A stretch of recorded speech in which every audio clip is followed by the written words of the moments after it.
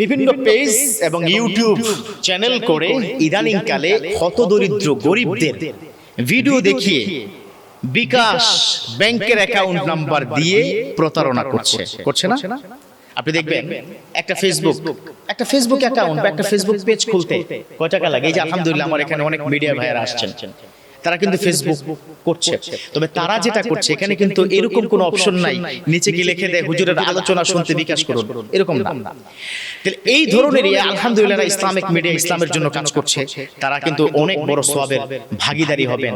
কারণ বিশ্বনবী বলেছেন বাল্লিগু আন্নি ওয়ালাউ আয়া, তোমার কাছে যদি একটি আয়াত, তোমার কাছে যদি একটি ইসলামের মেসেজ থাকে তুমি ছড়িয়ে দাও, এবং এটার বিনিময়ে তারা জান্নাতের গ্যারান্টি পেয়ে যাবে। অতএব আমার যে প্রিয় বন্ধুরা, মিডিয়া কর্মীরা যারা এখানে এসেছেন, আমার কাছ থেকে ইসলামের যে কথাগুলো তারা শুনেছেন, তারা যদি সেটা পৌঁছে দেয়, যতজন মানুষ দেখবে, মানুষ যদি পরিবর্তন হয়, মানুষ যদি আমল করে, ততজনের আমলের কারণে ওই আমলের সওয়াবগুলো আমার এই মিডিয়া কর্মীদের আমলনামা আল্লাহ পাক দান করবে। সুবহানাল্লাহ পড়ে খুশি হয়ে গেছেন না? তবে খুশি হন একটু পরে আবার এটাও বলবো যে আমাদের নামে যে উল্টাপাল্টা থাম্বনেল দিয়ে ভাইরাল করেন, এটা করেন না, তাহলে কিন্তু গুনাহ হবে। কথা কি বুঝতে পেরেছেন?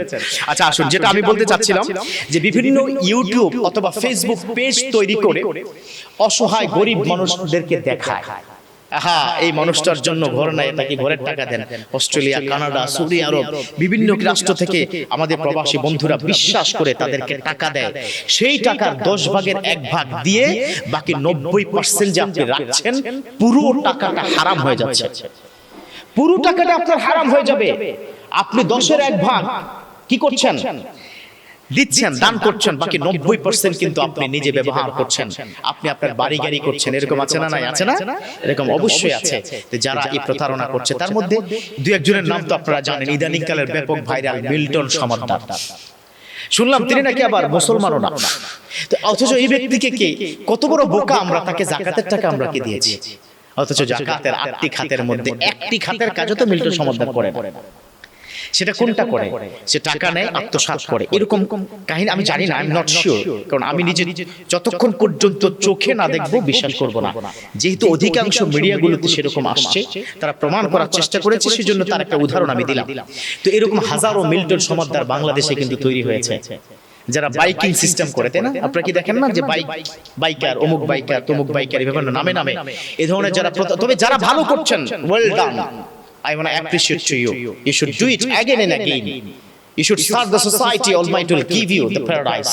আপনি যদি সোসাইটির গরিব অসহায় দুস্থ মানুষের জন্য করেন, আপনি নিশ্চয়ই পাবেন। কিন্তু সেটা টাকা যদি 100 টাকা উঠে 90 টাকা দিয়ে দেন, 10 টাকা আপনি যে কষ্ট করেছেন, আপনার কি গাড়ির তেল, অথবা আপনি যে যেতেন কোথাও চাকরি বাকরি করতে, সেটা আপনি করছেন না, আপনি করেন না। 10 টাকা না, আপনি 20 টাকাই নেন, 30 টাকাই প্রয়োজনে নেন, তো বাকি 70 টাকা ওই গরিব অসহায়ের হক।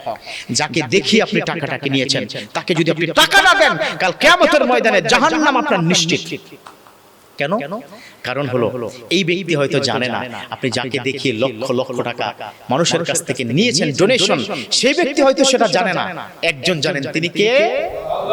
আল্লাহ। যদি জেনে থাকেন, তাহলে আল্লাহ কাল কিয়ামতের ময়দানে ভিডিও চিত্র ওই অসহায় মানুষটাকে দেখাবে, লুক এট দ্য ভিডিও। সে তোমাকে দেখিয়ে আর্ন করেছে 100 টাকা, তোমাকে দিয়েছে মাত্র 10 টাকা, 20 টাকা, বাকিটা সে আত্মসাৎ করেছে।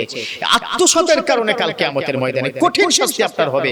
ওই ব্যক্তিকে টাকা পেমেন্ট না করা পর্যন্ত জান্নাতে যাওয়ার there is no other chance to go to the heaven, কোনো সুযোগ না আপনি জান্নাতে যাওয়ার। কারণ হলো হকুল ইবাদ কেউ যদি নষ্ট করে, এই হকুল ইবাদ তাকে পরিশোধ না করা পর্যন্ত he never go to the heaven. Almighty never forgive him. Allah question কালো তাকে ক্ষমা করবে না। অতএব আমরা যারা ফেসবুক পেজ, ইউটিউব চ্যানেল দেখিয়ে মানুষকে বিভিন্ন উদ্বুদ্ধ করে বা মানুষের করুণ দৃশ্য দেখিয়ে টাকা হাতিয়ে নিচ্ছি, be careful and mind it. এই মানুষের টাকা মানুষকে ফিরিয়ে দিন, না হয় কাল কিয়ামতের ময়দানে আপনার শাস্তি হবেই। আল্লাহ পাক আমাদের সকলকে বোঝার তৌফিক দান করুন, আমিন।